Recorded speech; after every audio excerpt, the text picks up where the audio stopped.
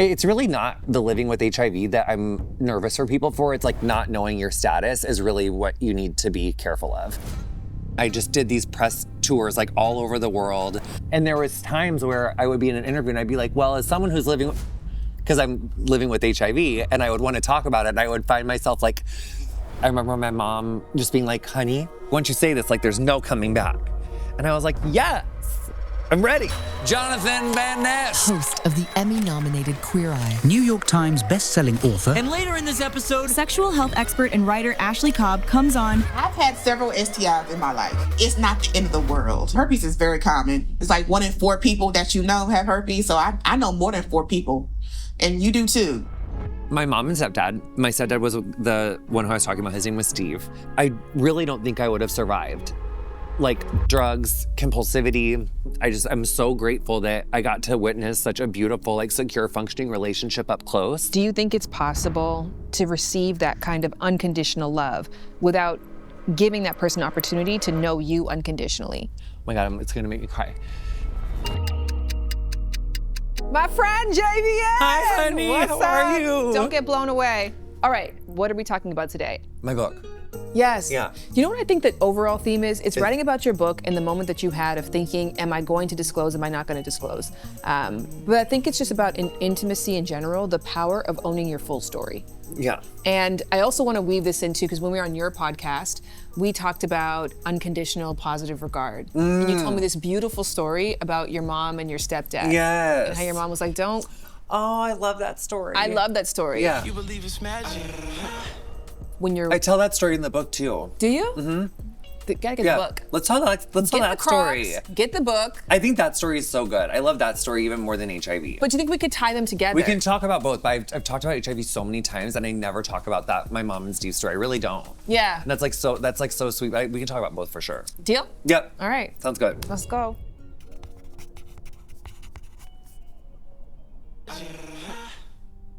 This episode is sponsored by Vive. The starring guest in this episode is Jonathan Van Ness and Ashley Cobb.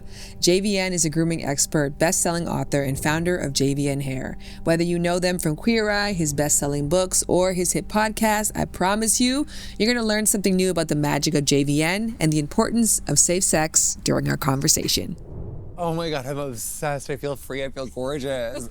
Let's forget my story and just talk about that. You are free. You are gorgeous. That's so pretty. And you're just you. We're out here being ourselves. You did something really special. You put out a book, and that book was incredibly successful because you shared something that you weren't sure if you should. Can you tell me that story? Yes. So it was, the year was 2019. Queer Eye came out in February of 2018, and it was kind of like a really fast success. And then season 2 came out like really quickly after season 1. So like by June of 2018, my life was like really, really different. And then I had this idea of like wanting to share a fuller part of my story. And I think in those first few months of Queer Eye taking off, like you do these press tours that I had like never experienced like anything like this. Like what you think about is like a boy band, like where you're like in a little like hotel, like ballroom, and there's like just like junkets of like people, like hours and hours and hours. Like, and I just did these press tours like all over the world. We were like in Australia, like all over the United States. It was like, my life just changed so quick in those few months. And there was times where I would be in an interview and I'd be like, well, as someone who's living, because I'm living with HIV, and I would want to talk about it, and I would find myself like stopping myself from saying it in interviews and feeling guarded about it and feeling like, because it wasn't something that I'd ever hid, and I talked about it so much because it affected so many areas of my life as far as like thinking about how I'm gonna get healthcare and like the taxes that you have to do and the forms you got to fill out every year. It's like not like navigating the HIV social safety net's like not an easy thing. And so I was always been so politically outspoken that I was like, it felt weird not to talk about it. And so I was like, I really want to talk about it. And then I was like, wouldn't that be cool if I could just like take this thing that I was so sad and devastated about when it happened and like transmute it into like a part of my purpose? Like, is this like what I was like here for? Yes. So then I started to write the book, and I had that outline, and I wrote the proposal of like everything that I wanted to talk about.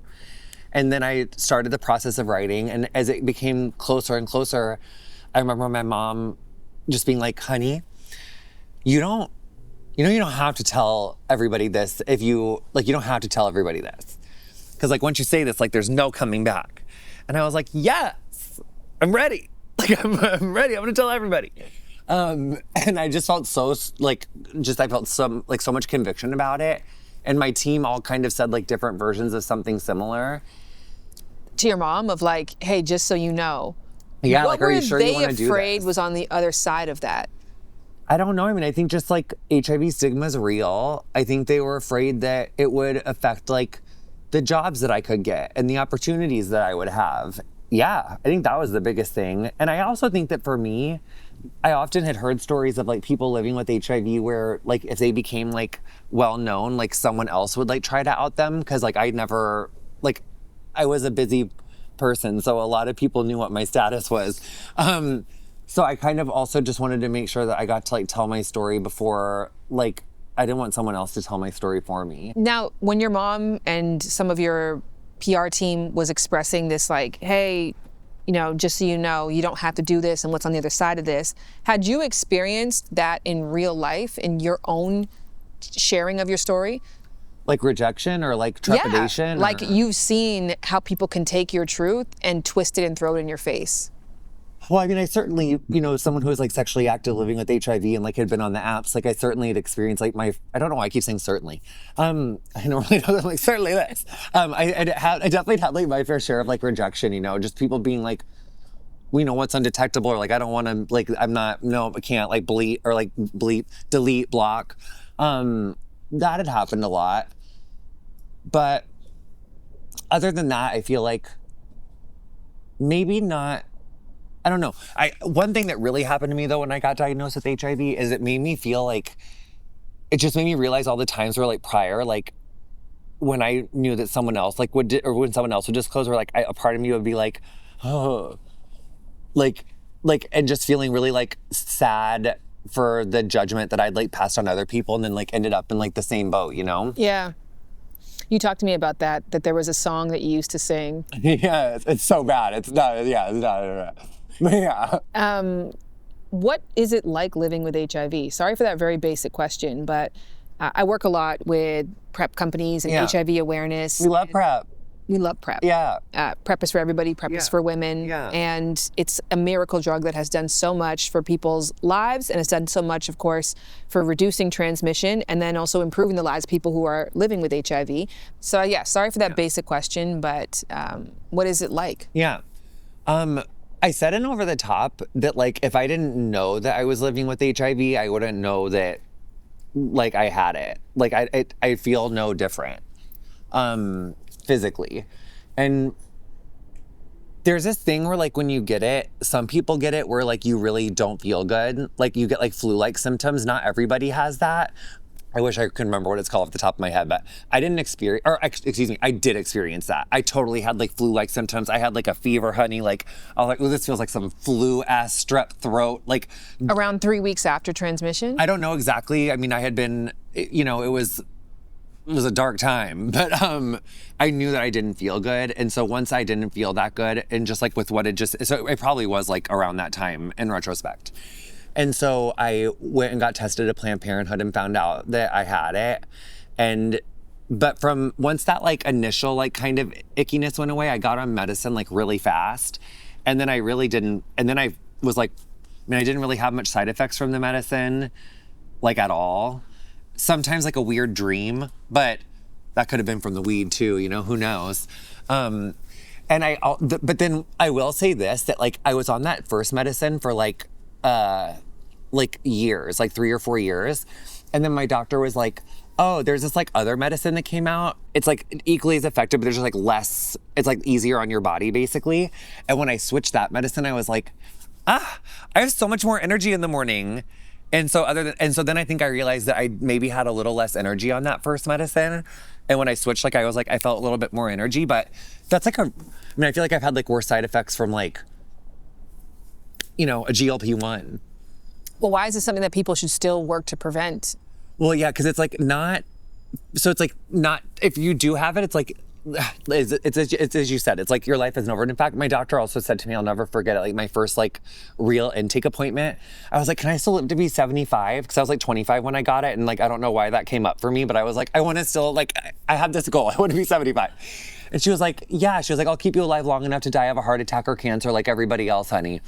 And I'm adding the honey on, but it made me totally laugh and it made me feel so much better. And it is true that like, I think the last time I checked, the life expectancy after diagnosis is like 25 to 50 years. Or is it 50 to 75 years? That's what it is. I think it's like 50 to 75 years, which is like, that's how long like most people are gonna live anyway. Right, yeah. Or something in that neighborhood, that gets you to 100. Yeah, so I mean, our goals are like in our sights. So, but it is the reason why you wanna make sure that you know, why it's more fun to be HIV negative is like, you know, you don't have to necessarily worry about like having to be on a medication for the rest of your life. I mean, with PrEP, it's like you do need to stay on it to, if you want the benefits to work, but you don't have to if you were like not having sex or whatever. I know that this is like random, but it's like, honey, like zombie apocalypse or just like end of world. Like I always think about like, I gotta raid the factories, honey. I gotta go straight to the pharmacy and get like 3 years of my supply.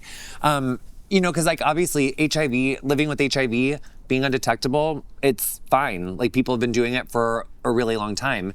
It's turning into, it's really not the living with HIV that I'm nervous for people for. It's like not knowing your status is really what you need to be careful of. Because I think we also have to be careful like not to perpetuate, like it's not like fun to get HIV, but it's not fun to get any STI. And but also we don't need to live in fear of contracting HIV because it is a totally manageable disease. But you do need to have fear around like not knowing your status, because if you have HIV, it can turn into AIDS, and there are serious health complications that come along with that. And I think not only that, what we know is that when you have a viral load, that's when you're contagious. Yes. So it's like if you don't have your medicine and you have a viral load in your blood and you're out there having sex, then you're out there exposing people to HIV, which is like, that's the problem. And the complications from AIDS, you know? But I think, and again, it is like a weird slope, but I want to, it's interesting conversation because I feel like there's so much conversation around keeping HIV people negative, which I think we need to have, or HIV negative people negative, which we need to have that conversation because obviously we want to keep people safe. But for those of us who are living with HIV, it's like, I want to be careful about like stigmatizing it or, you know, I mean, and it's like, especially if you're on PrEP, you're still got to go to the doctor every 3 months and get your blood test anyway, which is kind of the same as when you have you know, it's just nice to not have a STI. It's nice to not have a chronic disease. But one thing I do want to mention that's interesting, you guys, so there's a Supreme Court case that's happening right now where this religious employer in Texas doesn't want to provide PrEP on the Affordable Care Act. And they're trying to say that it violates their religious principles because it encourages homosexual behavior. That's like literally their line of reasoning with the Supreme Court for why they don't want to be required to cover PrEP. And I'm really watching this because PrEP, as you said earlier, it protects women, it protects bisexual people, it's for everybody. HIV doesn't discriminate whether you're gay or straight. And there's a lot of like cisgender heterosexual looking people who are like doing all sorts of everything, which is yes, but they're coming for our PrEP hose. And we don't want to go back into a time where especially women were getting like exposed to HIV, contracting HIV AIDS.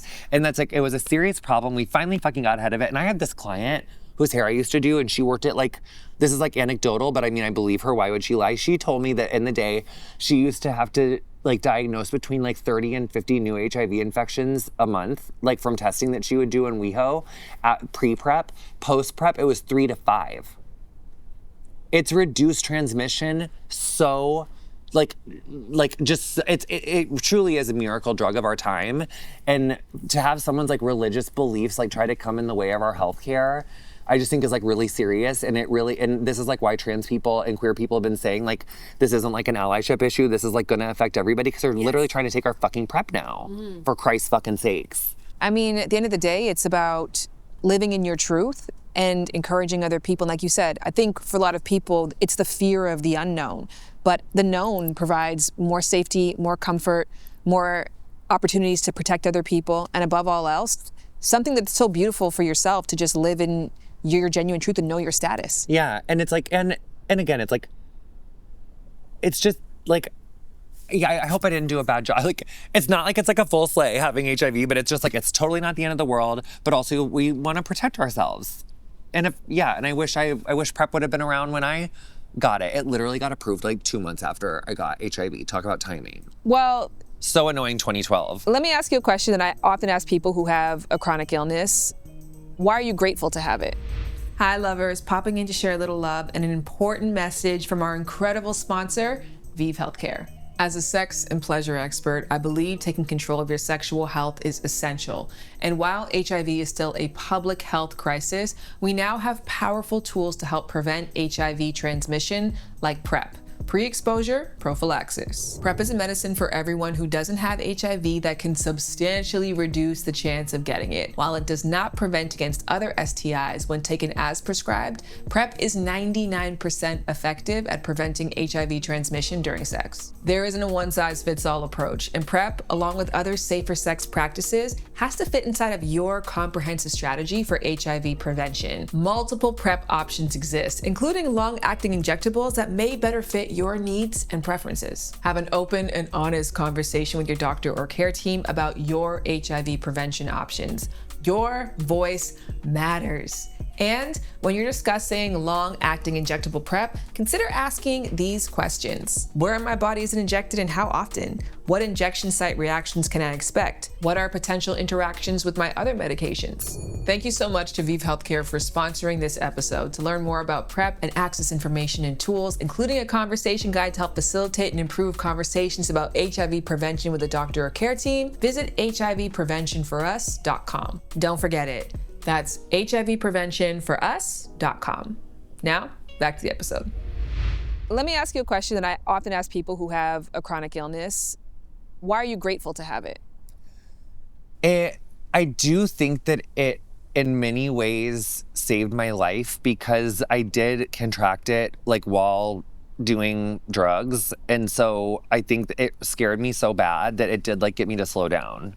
In 3 months' time, like I watched my stepdad, who was like just beloved person in my life, who helped me so much and was just like a huge champion for me. I watched him like lose like a really devastating like 4-year battle with cancer, and then I got HIV, and I got HIV, and then like my first love like ended up like leaving me just after all of that. And I mean, I didn't make it easy. Like I was being kind of a nightmare. So that's really what I go over and over the top is like that whole story.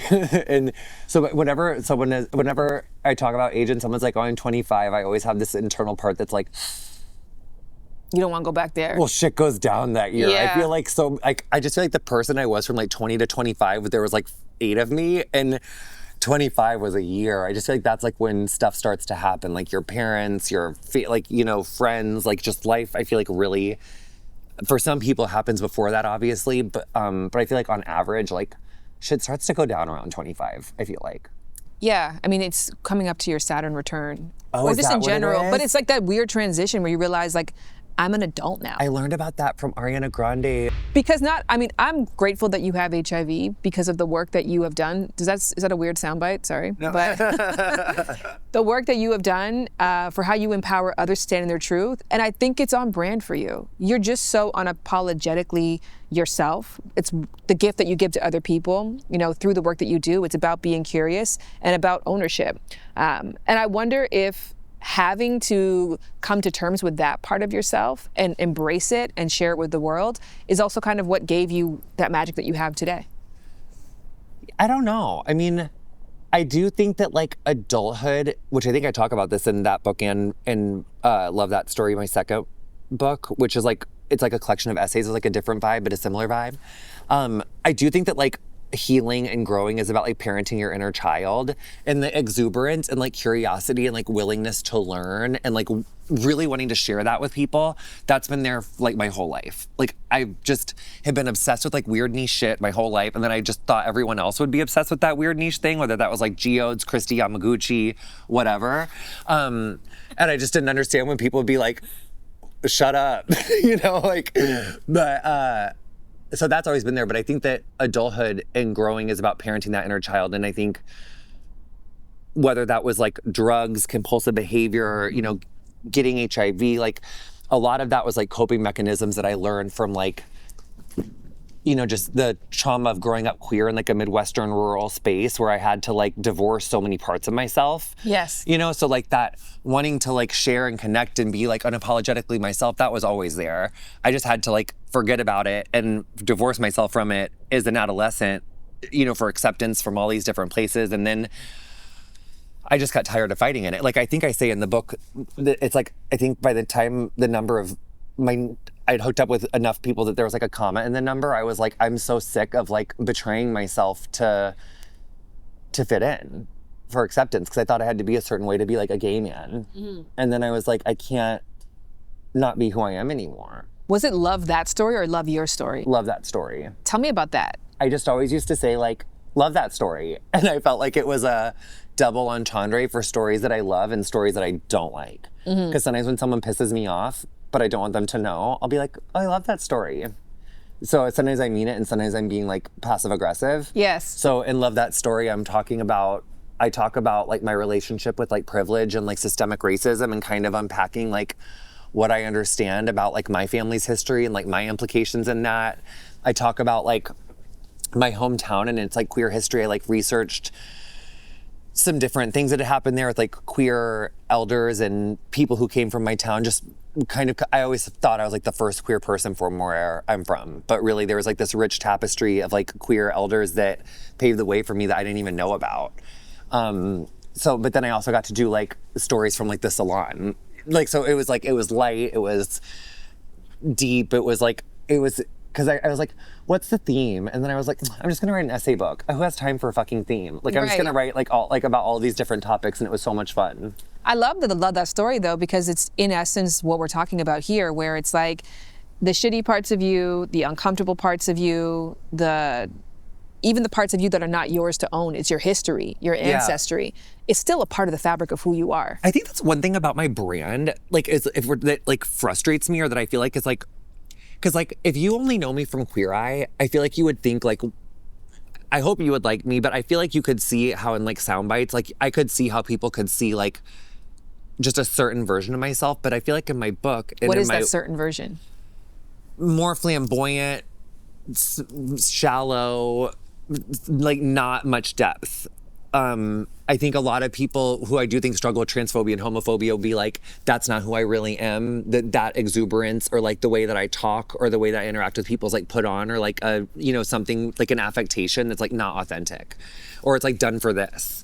When in reality, like when I'm at home, like late or whatever, like I'm like wind in my fucking hair, like putting on my face, like crying to Celine Dion, like holding my cats. Like I'm the same whether I'm on, that's how you know it's real or not. It's like if the camera's on or off, I'm like doing the same shit.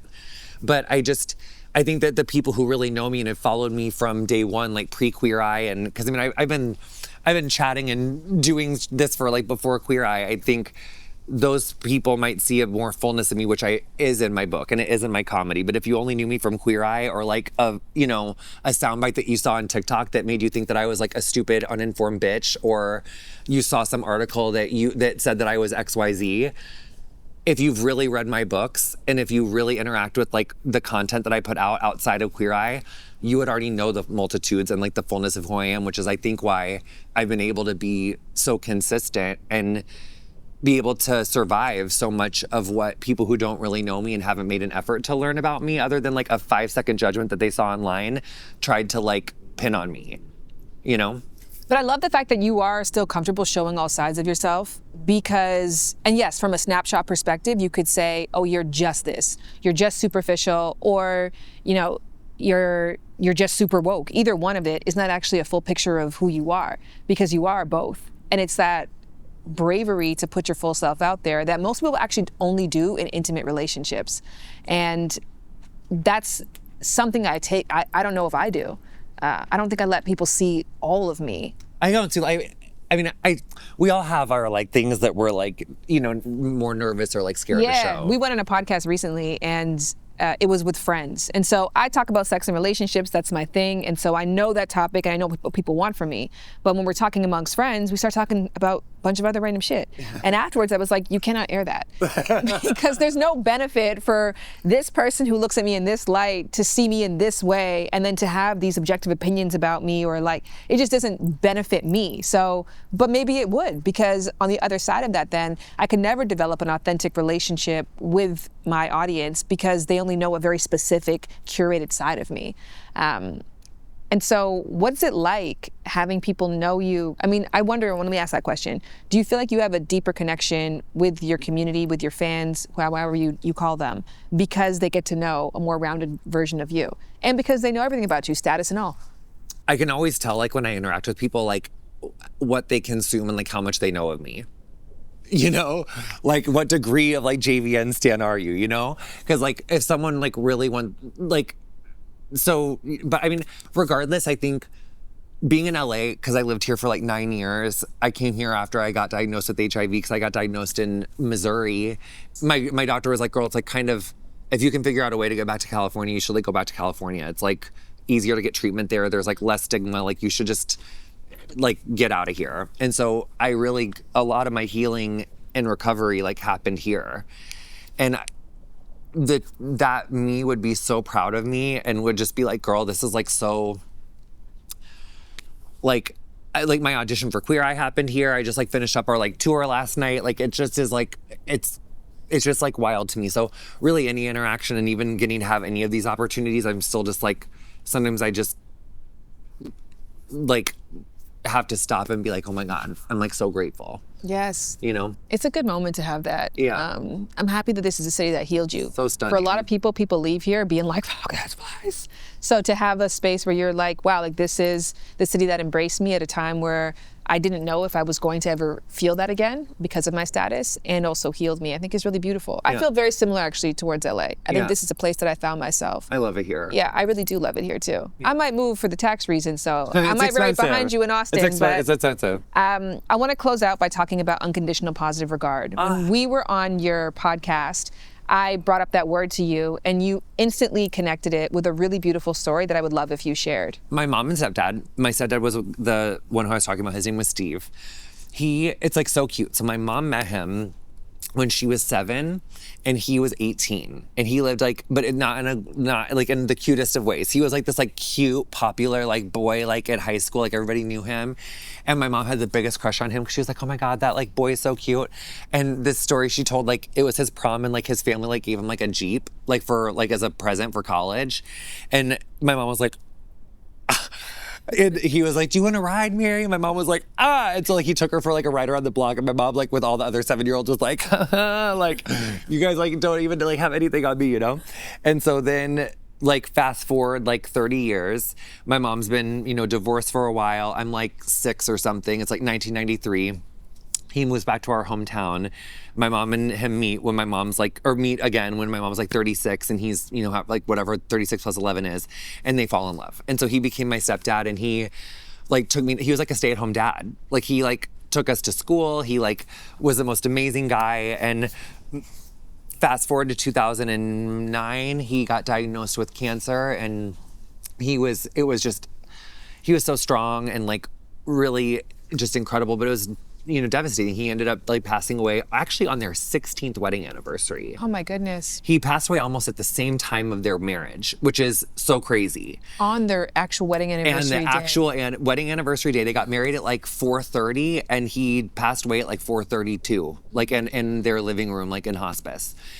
And I remember my mom explaining this thing to me of like being for each other, which when he was in hospice, and he hadn't chewed tobacco in like 10,000 years, but he was in hospice, and he was like, get me a Nicorette patch, damn it.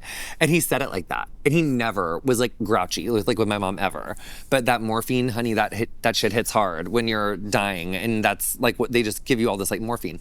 And so he was like, give me some Nicorette patches. And so my mom was like, okay, honey, like we'll be right back. And so we got in the car, and I was like, ew, like, I'm not used to like grouchy Steve, like this sucks. And she was like, you know, like I only care about loving him through this. And when you love someone, oh my God, it's gonna make me cry. She was like, you have to be for each other. And it was the first time that she ever like used that word for me or like said that word for me. And he was only like a couple days away from dying, but I wasn't like ready to like deal with that. And so, but anyway, I just, ever since then I was like, wow, like being for each other. Like they never talked shit about each other. Like they never put each other down. Like they really, I'm sure they did like behind closed doors. Like if they were mad at each other, I know that they had like fights. They weren't like perfect, but in front of someone with like their kids or like a peer, like they were each other's like first priority. And I just think that's like such a beautiful sentiment. Like, and I just think that's really like a marker of a really healthy relationship. Like people that don't sell their partner out, even in like a funny way, you know, like they're just for each other. And I think I'm so grateful that I got to witness such a beautiful, like secure functioning relationship up close. Because if I hadn't seen their relationship, I really don't think I would have survived.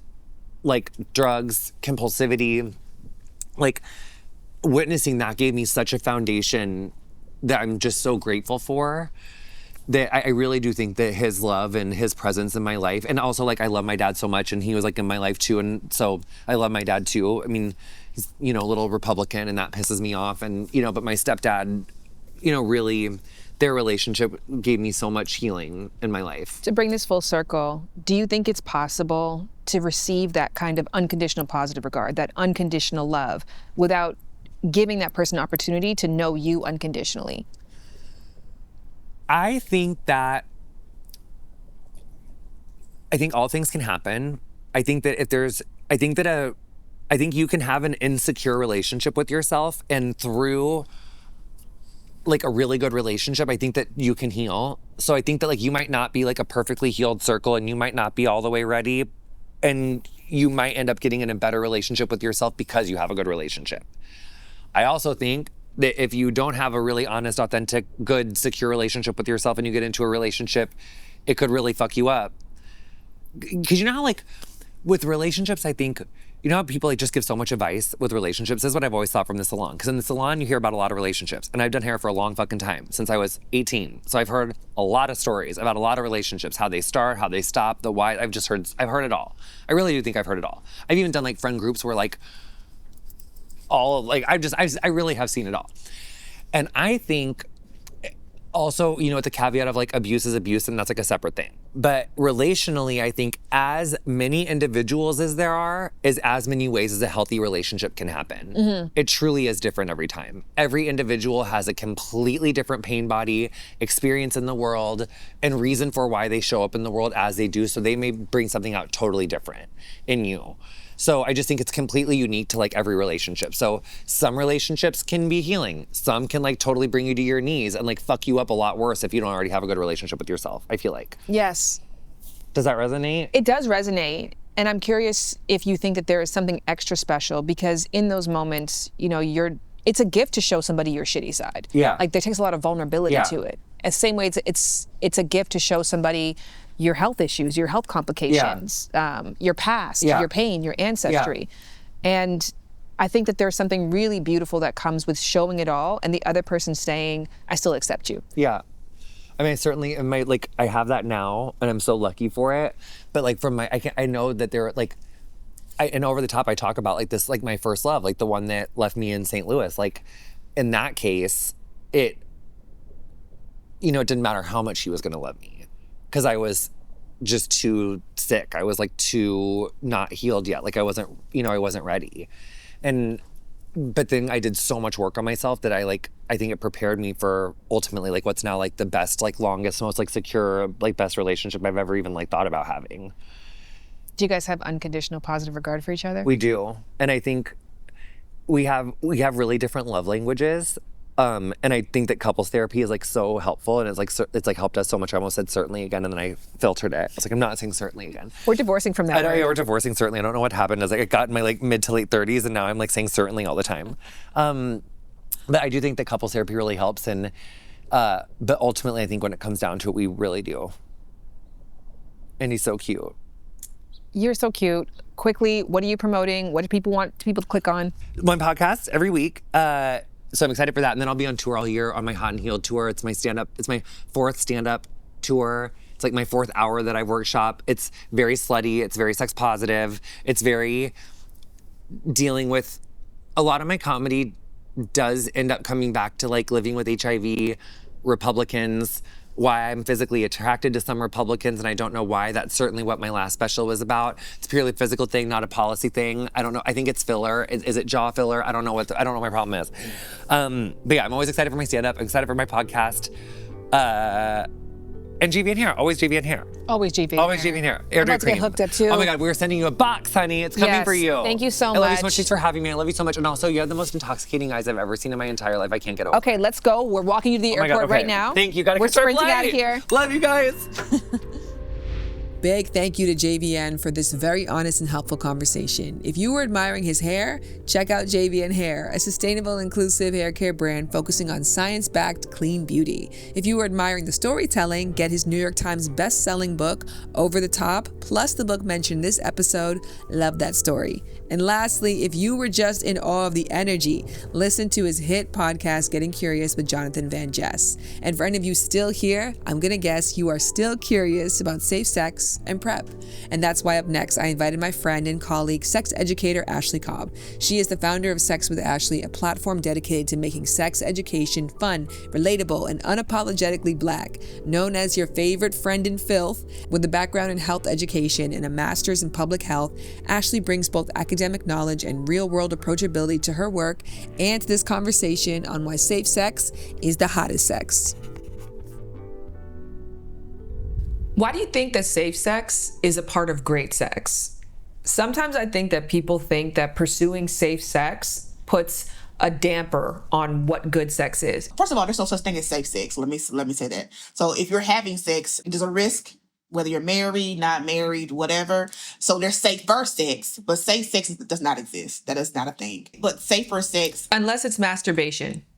Yeah. Unless it's solo sex, of course. Because we live in a male-centered society. Pleasure is focused on male. So if a man says condoms are not sexy, condoms make me, I can't feel anything. So of course, that's the narrative that's going to keep going around, because we're only focused on the man's pleasure and no one else's. For me, using some type of safer sex method, it decreases the worry. And I can enjoy the sex without being in my mind about, oh my God, the what ifs. So there was a study, and this study was done on men, so keep that in mind. But there was a study done on people who are PrEP users that are men. And the study said that they found that by being on PrEP, they were able to have more pleasurable sex because they were able to be freakier, they were able to get out of their head more, they were able to, like, if they were into like the group sex thing, they were able to do that and not have any worries. So yeah, so safer sex practices do eliminate a lot of those things and help you to be in your body and not in your mind. And you know, with sex, your brain, especially for women, like that is our biggest sex organ. So if we're not connected here, nothing's going to follow. How do you communicate that to a partner in a sexy way that makes it sound like you're going to get a better sexual experience, not a decreased sexual experience if we focus on safety? I would just ask questions. We as women also have to put our boundaries in place and be like, okay, so there's no condom, no sex. And the man would do one or two things.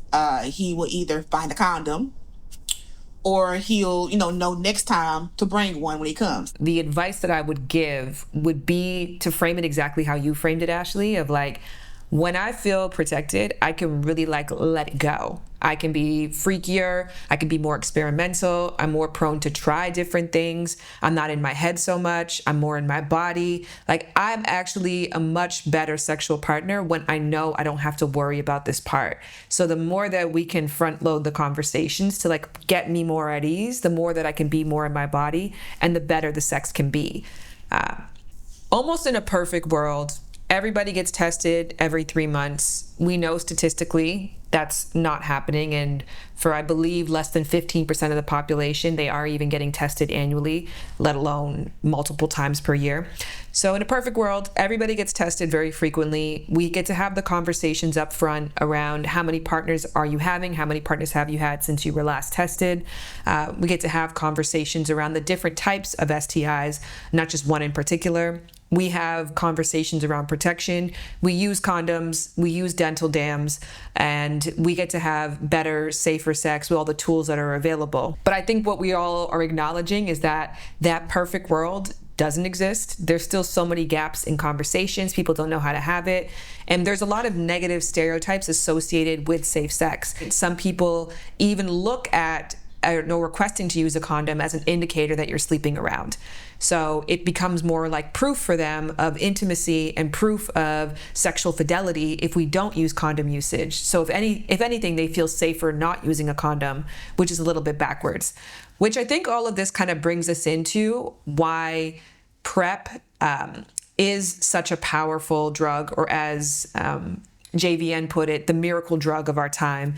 So Ashley, I'm really curious from you, from somebody who is HIV negative, but acknowledges yourself as HIV possible, why did you get on PrEP, and how did that conversation even come about? Outside of Sex with Ashley, I work in public health. So I work in the HIV space as a program coordinator for an organization here in Atlanta, Georgia. So I learned about PrEP through work. PrEP is pre-exposure prophylaxis. So pre meaning before exposure. And so PrEP, I often use it. It is like the birth control of HIV. I was on the daily oral PrEP, and then I got on the injectable through work. So I got on PrEP because, one, I'm a single Black woman living in Atlanta, a single sexually active Black woman living in Atlanta. If you know anything about Atlanta is, in terms of cities, in terms of STI and HIV rates, Atlanta is number 3 in the country. It is DC, Miami, Atlanta. We're number 3. People assume that certain type of people who can acquire HIV. No. The only thing you need to do to acquire HIV is be someone who is sexually active and human. That's it. It is not even the type of sex you're having. In a lot of cases, sometimes it is where you live. It's your proximity to a zip code. And so because Atlanta is number 3 in the country, right, that means I have a higher chance by living here of coming in contact with someone who is HIV positive. So I wanted to get on it because of that. I also wanted to get on it because if I'm someone in public health and I'm someone who's telling people, educating people about HIV and HIV prevention, I need to be able to walk it like I talk it. And so I can't tell you to get on PrEP medication if I won't get on PrEP medication, right? I can't tell you how great this innovation is if I don't want to get on it. Like it's kind of hard to lead the people when it's something you won't be on yourself. And so I got on also to be a guinea pig of sorts, to let people know that somebody looks like them is also on it, so they can ask me all the questions, and I can have a firsthand experience and able to answer their questions. So that's my reason for being on PrEP. Now that you're on it, what has changed in your life? I don't have any worries in terms of I don't have to worry about if I have HIV. Like, I know what it's not. Like, I can go to the doctor today and I know it's not HIV, right? It might be something else, but I know what it's not. So I'm someone who also don't use condoms. I like skin-to-skin contact. But also acknowledging that PrEP doesn't protect you from any other STIs. Yes, PrEP only protects you against HIV. However, I go to the doctor to get my PrEP injection every other month, and I get a screening for all the other STIs. I always like to think about STIs as sexually transmitted infections, and people have so much taboo around them, but we don't consider how many socially transmitted infections there are, which herpes is one of them, the common cold, flu, norovirus. I mean, I have small kids, so I have every socially transmitted infection that there is, but there is so much stigma associated with sexually transmitted infections. But at the end of the day, these are just evidence in many cases that we are interacting with other humans. And when we interact with other humans, things can happen, but it's not necessarily that isn't the scarlet letter. The scarlet letter is if you don't take care of it, if you don't treat yourself well, and if you're not mindful of not passing on your illness to others, whether, again, you have herpes or the common cold. So herpes is very common, very, very, very common. If you know, it's like 1 in 4 people that you know have herpes. So I know more than 4 people. And you do too. So it's very common, and it's not something that is only contracted sexually. It's skin-to-skin contact. What I'm kind of getting from you, Ashley, is like a nonchalant attitude towards sexually transmitted consequences. I'm very nonchalant about a lot of things. lot of things. I think people put so much of this stigma on STIs and like, oh my God, no one's gonna want you. Your life's gonna be over and all these things. And that is not true. I know I have friends who are women who are living with HIV who actively date. They have boyfriends, they go on dates. I have people who are living with herpes, right? Who actively date, and people know about it. So yes, there are going to be people who are going to be like, I'll pass. That's fine, right? There's people who pass on me because I have glasses and short hair. There's always going to be people who going to not like something. That's fine. But for those small people who don't like you, there's also another pot of people who do. I've had several STIs in my life. Okay, I'm 40. I've been having sex since I was 18.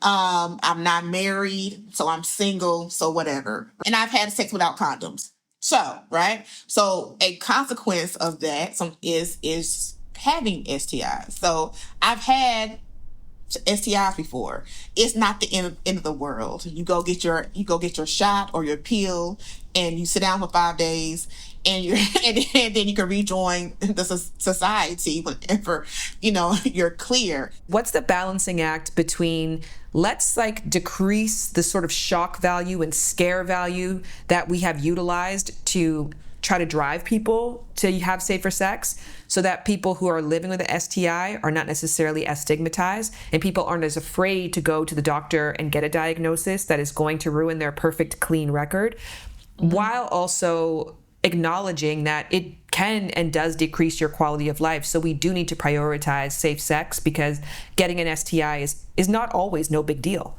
I think the reason why STIs are so stigmatized and it's like big shock value because people don't talk about it. People get an STI and they don't say anything. And then they go around and be like, I'm not saying you should have to parade your STI. Oh, I got chlamydia today, like a letter, on your forehead. I'm not saying that, but I think we need to normalize it, and we need to be like, yes, oh, I've had that too. It wasn't the end of the world. But to your point, yeah, there even with like bigger STIs like HIV. The reason why I know HIV is not the end of the world. No one says I can't. No one's like, oh God, I can't wait to get HIV. No one's saying that, but it is not the end of the world. It's like now with all these different medications and these different technology advancements, people are living with HIV forever. Like back in the 80s and early 90s, it was HIV, then it went to AIDS. People are not even getting AIDS anymore. It's stopping at HIV, and people are living healthy, long lives with HIV. People are getting married with HIV. People are having relationships with HIV. So I think that and the reason I know that because I talk to people who are living with HIV, who are women and who are men, right? So I think by having more conversations about these things, it will be more normalized and not as stigmatizing, because stigma comes from lack of education, and that's kind of all come from fear of the unknown. So the more we talk about it, more educate people on it, the less stigmatizing it will be, and it'll be more normal. I have an IUD in, even though Jared has a vasectomy, and I have an IUD in because we have an open relationship, and if I ever do consider having sex with somebody else, I just know I'm protected. I was at the doctor, they offered it to me. I was like, I'm already here, just put it in. I've had an IUD in the past. I know it doesn't bother me. Will I need it? Not necessarily sure, but it's there. I have not done the same thing with PrEP. And maybe it's because I am unaware of what the side effects are of the medication, and if that's worth the extra comfort of the if ever I do, at least I know I have it. So is there anything you can kind of share just to, if people are going to have it, would you suggest that people get PrEP extremely casually and extremely cautiously? Or is it if you're in a city where it's, to your point, at proximity, if you're having more than X amount of partners per year, like who are the people that you would tell to get on PrEP? And who are the people that you would say, don't bother? I think PrEP could be useful for anybody. Just the same as birth control, right? I think everyone should at least research it and talk to a doctor to see if it is a good fit for your life. I'm not saying everybody should be on it because, like, I don't think everybody needs to be on birth control. Really, I'm on birth control. Been on birth control for since I was 19. That's why I have no kids. But do I think everybody needs to be on birth control? No. I think it's just kind of like fits your life. So same thing with PrEP. I haven't had any side effects on PrEP. People ask me that all the time. I haven't gained any weight on PrEP. I've lost weight. I didn't have hair before I got on PrEP, so I don't know if my hair would fall out or not. I don't have any hair to fall out. My vagina still works. Libido still the same. So nothing drastic. If there is side effect, I don't know. Maybe 20 years from now, I'll be on one of those. If you ever taken PrEP commercials, you may be title of conversation. But right now, I'm fine. Like, I don't know. And when I go to the doctor, they check your liver and your kidneys functions and all those things. So I get that done every 3 months.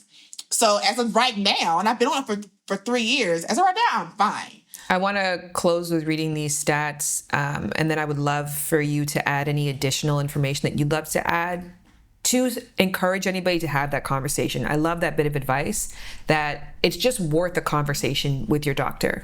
And like I said, I didn't go to the doctor to get birth control. I was just there. We were having a conversation. I was like, might as well. It doesn't have to be necessarily, if you're not necessarily concerned right now, maybe it's not something that you go and you schedule and you do, but while you're there, I think it's absolutely worth it just to ask, and somebody who has your medical history, you can look at it and see if it would be a fit for you. And I thank you for the testimony that you gave. That was really, really helpful for me to know that it didn't come with a laundry list of side effects, which, by the way, birth control can come with side effects. I just happened to know from being on the IUD before that I didn't have any side effects. So that's why I was able to invite it back into my life. Many people who have had an IUD before have had major side effects, so that wouldn't be necessarily the same set it and forget it system. So acknowledging that your story may not be everybody's story, but it absolutely is a story that you could take PrEP and there'd be no difference in your life, except now whenever you engage with people that there is a risk, but one of those risks will not be contracting HIV.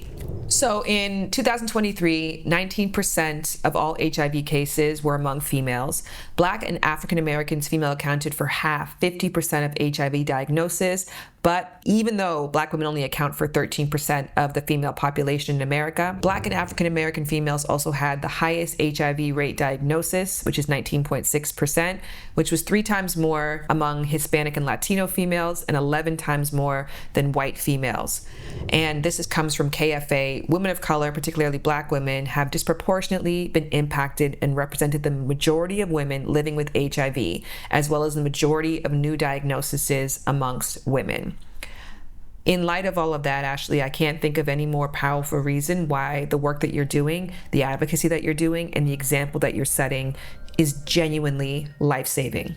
I realize that I'm making an impact when I have women who inbox me and they'll be like, I talked to my doctor about PrEP because of you, or I got on PrEP because of you. I'm like, okay, cool. That lets me know that I'm doing something that is effective. All right, if we were to wrap up this conversation in a thread, kind of like a few different bullet points, what do you really want people to hear about how to have better and safer sex? So I want people to take away that PrEP is for everybody, regardless of gender, sexual orientation, or lifestyle choice. A safe sex is sexy. So, try getting tested every at least twice a year. Everybody should get tested at least twice a year so they know their status. Because also knowing your status is sexy too. If people want to engage with the work that you do and learn more from you, spend more time with you, where do you want to send them?